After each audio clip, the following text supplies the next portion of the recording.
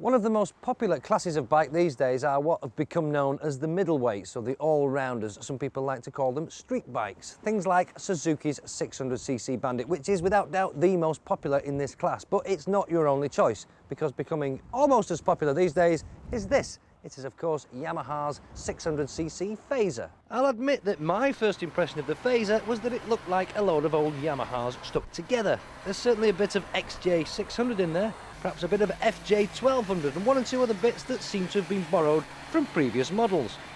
One thing is for sure though, if you took off all the badges and asked people to name the make, most of them would say it's most definitely a Yamaha. So 10 out of 10 to the design team.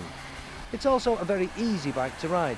Quite happy to be taken to the office and back 5 days a week, and it's equally at home giving the boy racers a run for their money along the twisty lanes.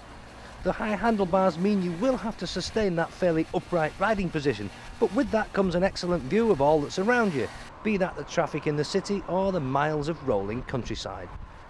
Power delivery is very smooth and progressive from this gorgeous 600cc motor, although I have to say that after a couple of hours in the saddle there was a slightly annoying buzz coming through the foot pegs. A small price to pay, I suppose, for a motor that's as good as this. I'll tell you something else that's very good on a Fazer, and that's this bit, the pillion department, because very often on modern bikes these days, even on bikes with a dual seat, there's a big step in the seat, so your pillion is way up in the air and you've got lots of weight high up and they're in the wind blast and it's not very good.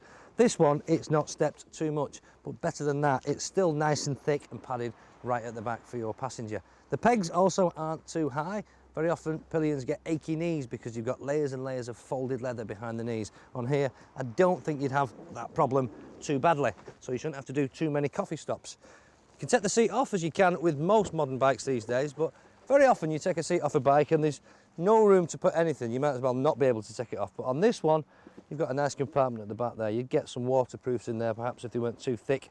You might even get a lock in it, but not very much else. This particular one is from 1999 and it's actually done 14-odd thousand miles, nearly 15,000 miles actually.